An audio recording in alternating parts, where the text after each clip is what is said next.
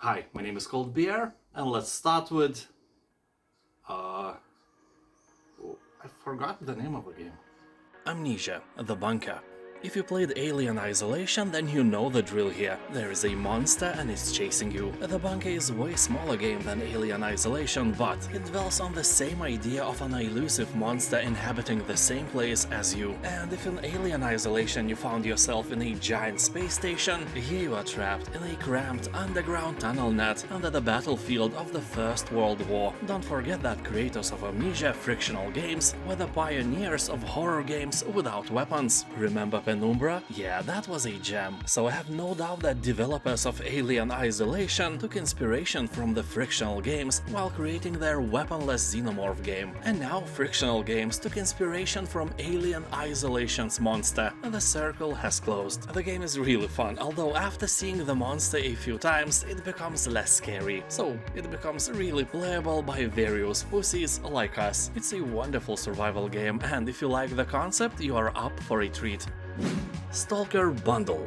The collection includes all 3 STALKER games: Shadow of Chernobyl, Clear Sky and Call of Pripyat. So I'm sure that a huge amount of you have never played STALKER games because they are old. And I feel you guys, compared to games nowadays, they look like shit. You know, when you watch a movie made in 2007, most of the time you can't even tell if it's old until some guy takes a flip phone out of his pocket. With games, it's a bit different. But the appeal of STALKER was never its graphics. It was made by a small Ukrainian studio and they did their best in other aspects, especially in the atmosphere department. I can guarantee you 100% that when you go down in the sewers, the invisible monster for your brain will be as realistic as it can be. And when you stumble on some creepy telekinetic witch in some Soviet apartment, you won't be laughing about the old textures of its body. So these are great games, and with STALKER 2 upcoming, they are a must-play for every open-world post-apocalyptic setting lover. Of course, I'm not saying that STALKER 2 will be a good game. Judging from the trailers, it is quite cramped and the feeling of open world is smoking somewhere in the corner. So I have my concerns, but oh well, let's hope for the best. Signalis.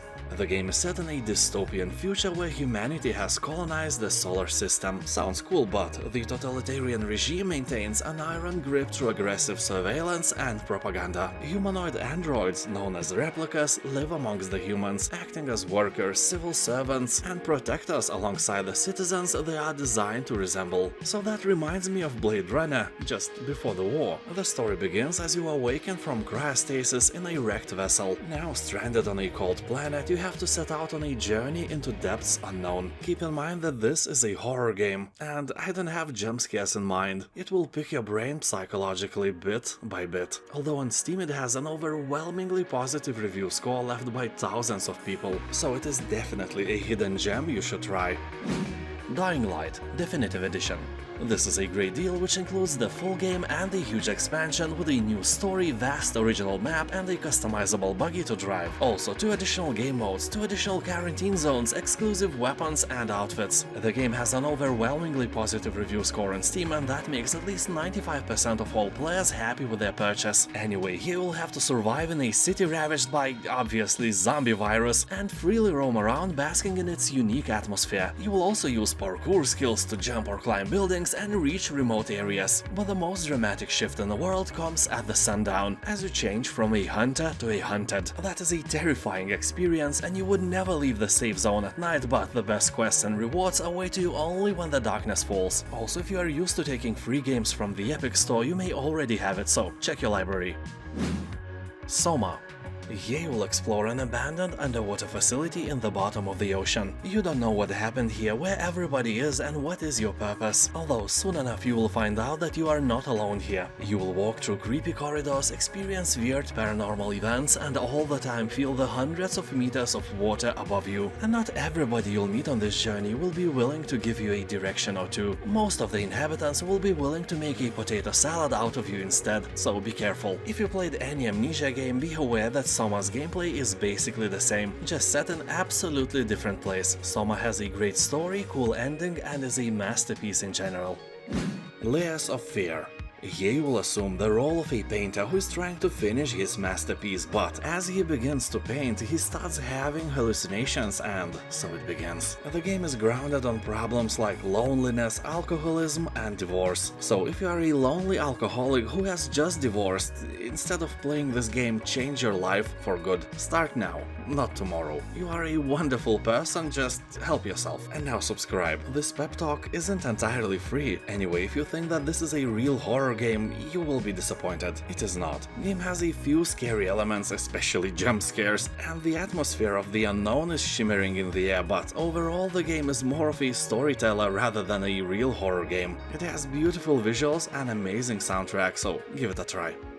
Ghostwire Tokyo. Here the city is overrun by deadly supernatural forces after 99% of the population just vanished, so you will use a powerful arsenal of spectral abilities to fight the paranormal threat and unravel the mystery behind the mass disappearance. It may sound and look a bit like a horror game, but the main emphasis is not on the horror, rather on the fast-paced gameplay where you use your powerful abilities and can fight various ghosts like a true Ghostbuster, or more like a ghost eliminator, because you kill them. How can you kill somebody who's already dead? Oh, shut up, it's not a science game. And seriously, the game has a rating that allows 12-year-olds to play, so grow your mental balls and dive in.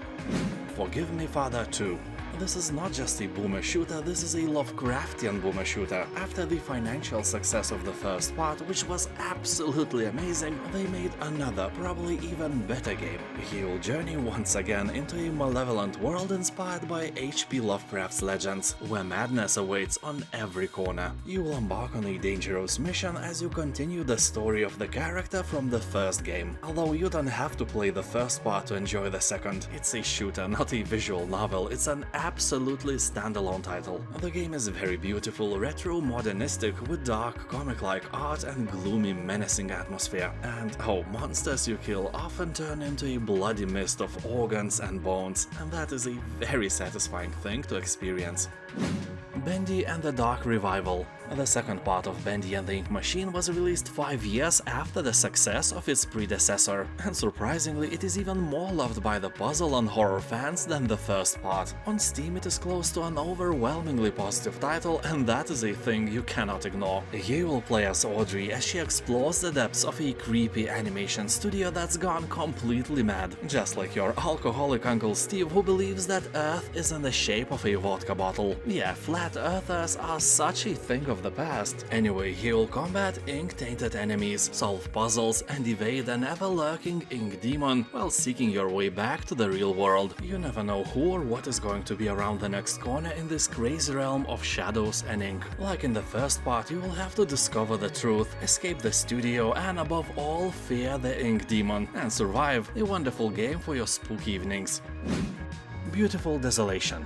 I can honestly say that this is one of the coolest games I have ever played. It may sound silly because this is actually a point-and-click game, but it was made so well I was very impressed during my playthrough, and I still am. They wanted to create something original, something different and never seen before, and I can clearly say that they succeeded. I promise you that story-wise you never played anything like that. The whole game feels like some that surrealistic sci-fi dream of Carl Sagan, with weird characters, weird conversations, and weird atmosphere in general that somehow still makes sense. If you ever read anything by Philip K. Dick, you will understand what I'm talking about. And this game is pure art, but it's hard. It won't guide you by a hand or penis, and puzzles you have to solve are no joke. So prepare to be mentally humiliated and deal with the fact that your IQ is not as high as you think it is. So thank you for watching, have a nice day, and I'll see you next time.